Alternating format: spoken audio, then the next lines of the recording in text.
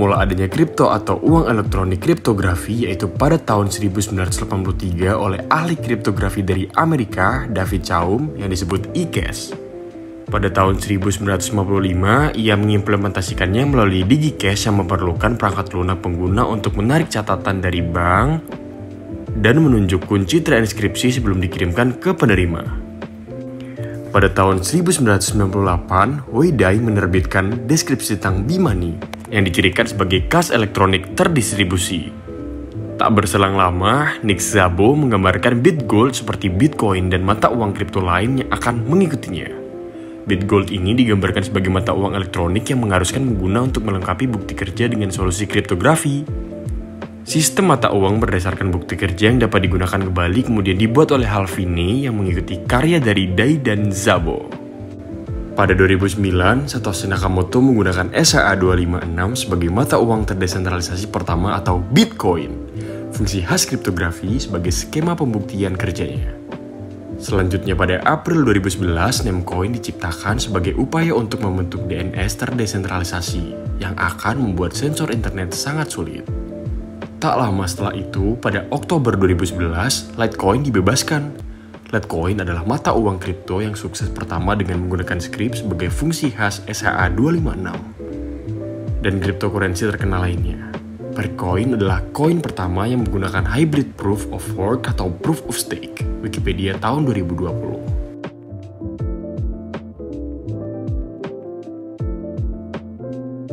Istilah cryptocurrency adalah salah satu aset mata uang digital yang digunakan sebagai solusi kebutuhan transaksi keuangan online saat ini melalui jaringan internet.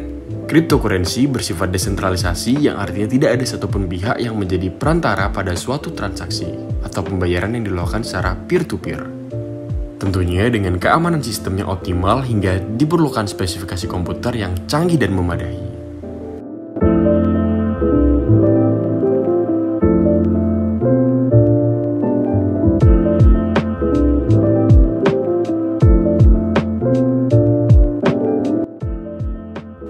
Transaksi pembayaran secara elektronik dengan menggunakan cryptocurrency ini sudah menyebar ke penjuru dunia dan tidak lain termasuk Indonesia sendiri.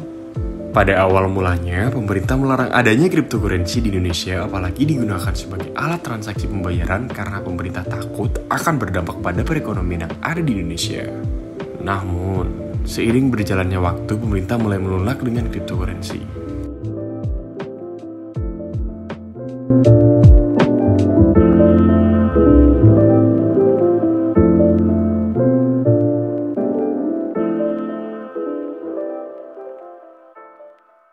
Layanan keuangan yang dibuat dengan teknologi kripto ini bisa memfasilitasi proses transfer dengan cepat dan murah ke seluruh dunia. Program layanan keuangan berbasis kripto ini sering disebut dengan istilah Decentralized Finance atau DeFi yang sifatnya terbuka dan netral dan tidak mementingkan status user yang ada. Tentunya dengan privasi keamanan yang tidak perlu ditanyakan lagi, pengguna tidak perlu khawatir jika terjadi human error atau tindakan jahil manusia. Karena program ini dilakukan secara otomatis dan tidak bisa secara langsung mengotak-atik sistem di dalamnya.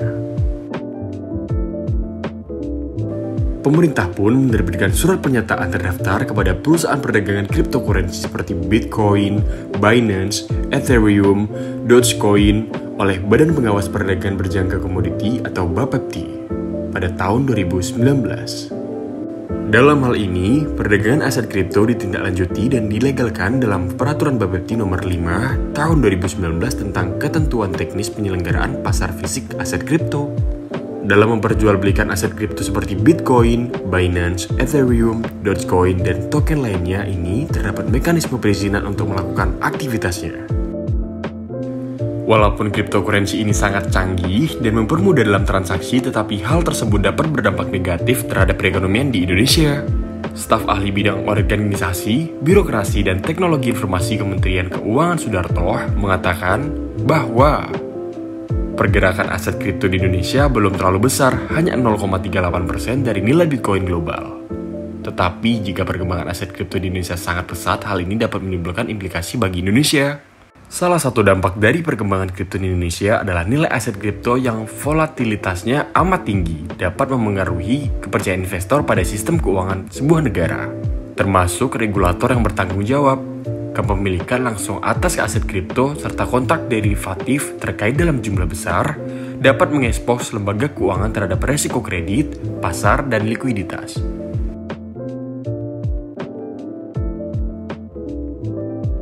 Selain itu, pasar dari aset kripto yang meningkat yang signifikan dapat menimbulkan disrupsi stabilitas sistem keuangan jika ada kerugian pasar secara besar-besaran. Untuk aset kripto yang ada di Indonesia tidak dijadikan sebagai instrumen keuangan melainkan sebagai komoditas. Mengapa demikian? Hal ini dikarenakan labilnya nilai aset yang dapat mengaruhi kondisi ekonomi domestik.